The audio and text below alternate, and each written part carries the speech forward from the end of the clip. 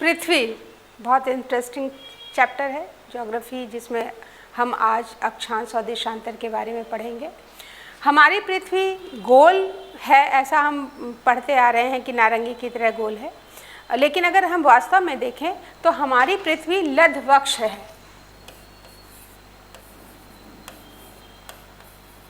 लद्धवक्ष का मतलब ये हुआ कि कहीं पे ऊंचे नीचे पहाड़ हैं और कहीं समुद्र की गहरी खाइयां हैं। यानी हमारी पृथ्वी अगर ऊपर देखें तो ऐसे आपको नारंगी की तरह दिखेगी, बट अगर हम इसके पूरे शेप की बात करें तो कहीं पे ऊंचे ऊंचे पहाड़ हैं और कहीं गहरी घाटियां हैं, और ये आपका कहलाता है लद्धवक्ष, या हम इसको जियाड भी कह सकते हैं।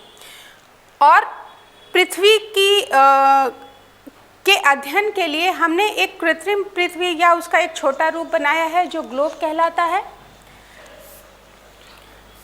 ग्लोब पृथ्वी का छोटा रूप है जिसके द्वारा हम पृथ्वी का अध्ययन करते हैं। इसमें हम देखते हैं कि कुछ रेखाएं खींची हुई हैं जो पूर्व से पश्चिम की ओर हैं और कुछ उत्तर से दक्षिण की ओर खींची गई हैं।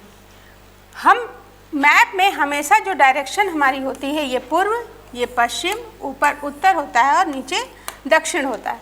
आज हम इन्हीं रेखाओं के बारे में आपको बताएंगे। ये जो आपकी पूर्व से पश्चिम की ओर रेखाएं खींची गई हैं, ये आपकी कहलाती हैं अक्षांश रेखाएं, और जो उत्तर से दक्षिण की ओर खींची गई हैं, ये रेखाएं आपकी कहलाती हैं देशांतर रेखाएं।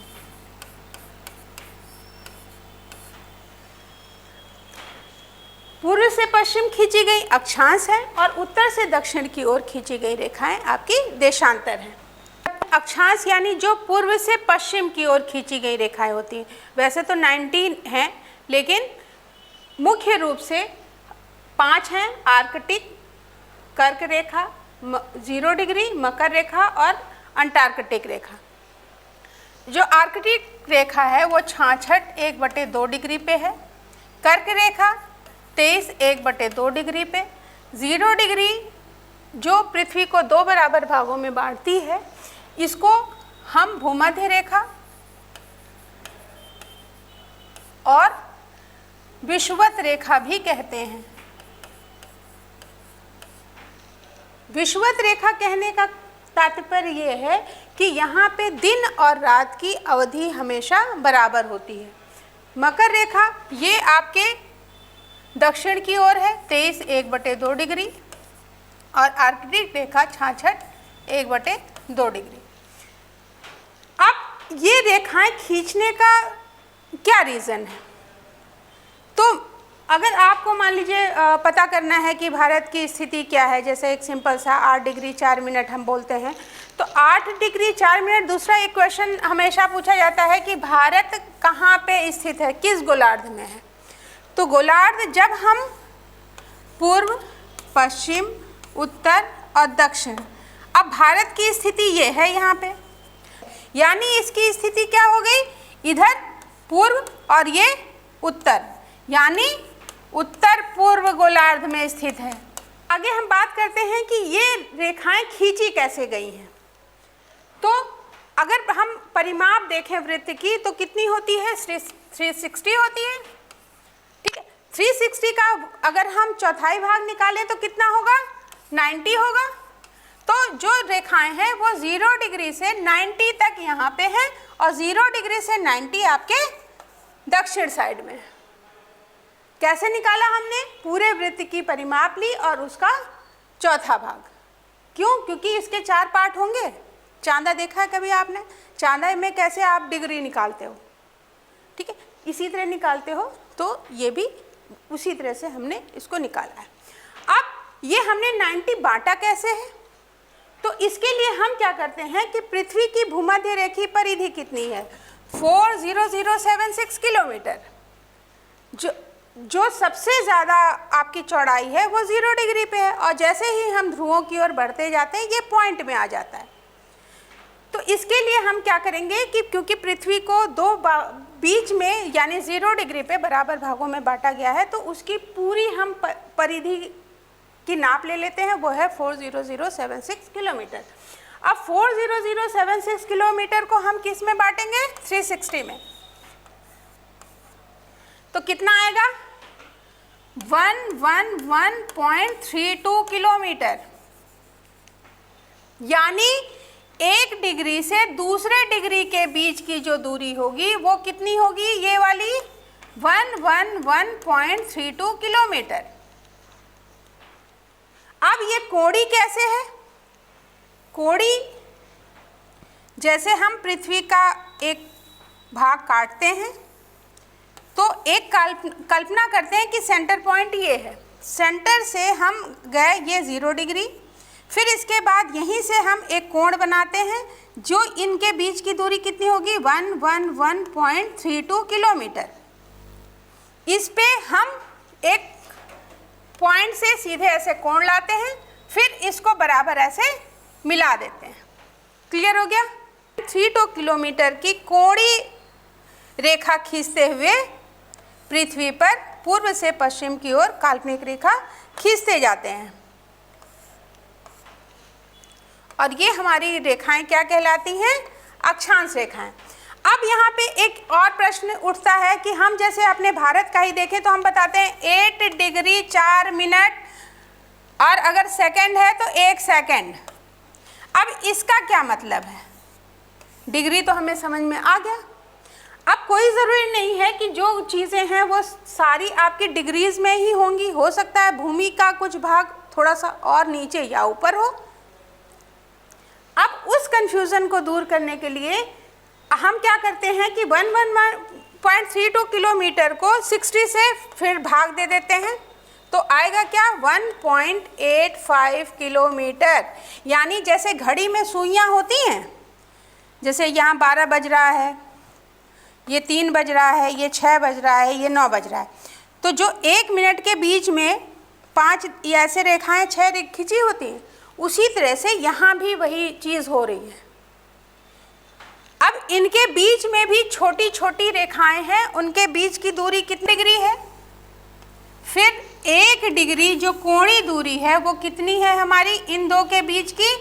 111.32 किलोमीटर। ठीक है।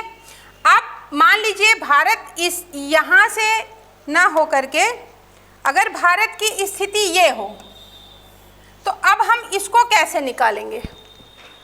उसको निकालने के लिए हम क्या करेंगे कि फिर से किलोमीटर आया तो हम इस मिनट को फिर 60 से भाग देंगे। जब हम 60 से भाग देंगे तो कितनी दूरी आ रही है? 1.85 किलोमीटर। यानी ये जो होंगे रेखाएं वो कितनी होंगी? इनके बीच की दूरी कितनी होगी? 1.85 किलोमीटर। समझ में आ गया? अब इसी तरह से 1.85 किलोमीटर, 1.85 किलोमीटर ये दूरी होगी, और इसके बीच में जैसे 1 डिग्री, 2 डिग्री, 3 डिग्री, 4 डिग्री, तो भारत अगर है तो ये 4 डिग्री ऐसे है। स्थिति कहाँ पे है इसकी? यहाँ पे। यानी 1 रेखा, 2 रेखा, 3 रेखा, 4 रेखा, 5 रेखा। ठीक है। यहाँ पे भी जैसे हम घड़ी की सुइयों में घंटा, मिनट और सेकंड में बांटते हैं, वैसे भी यहाँ भी वही चीज़ काम कर रही है। इसीलिए डिग्री,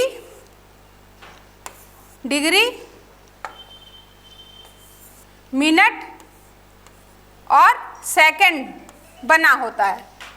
अगर हम कहीं की लोकेशन 8 डिग्री 4 मिनट 2 सेकंड करते हैं, यानी इसके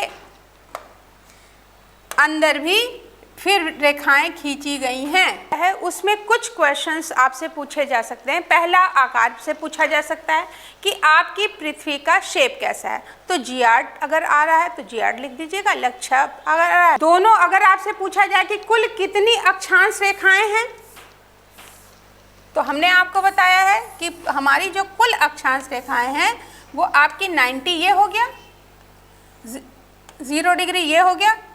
1 डिग्री से हम शुरू करेंगे, 1, फिर 15, 13, यहाँ 90 तक आएंगे। फिर यहाँ से 1 से शुरू करेंगे 90, तो 90 90 कितना हो गया, 90 + 90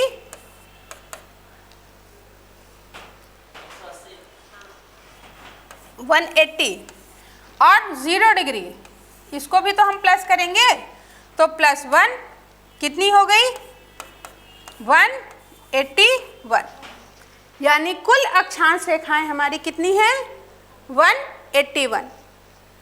0 डिग्री बराबर भाग में बांट रही है, 1 to 90, 1 to 90 + 1। ठीक, कितनी अक्षांश रेखाएं, दूसरा क्वेश्चन ये पूछा जा सकता है कि कितनी अक्षांश रेखाएं वृत्त बनाएंगी। वृत्त यानी अगर हम इसको काटेंगे तो ये गोला बनेगा, लेकिन 90 को हमने बोला कि ये पॉइंट में है, तो 2 जो रेखाएं हैं वो वृत्त नहीं बनाएंगी, क्योंकि हमारी पृथ्वी जैसे हम ऊपर बढ़ते हैं पॉइंट में आ जा रही है। तो 90 और 90 यानी 2 रेखाएं आपकी वृत्त नहीं बनाएंगी, तो कुल कितनी बनाएंगी, -181 में आप 2 माइनस कर दीजिए, कितना आ गया,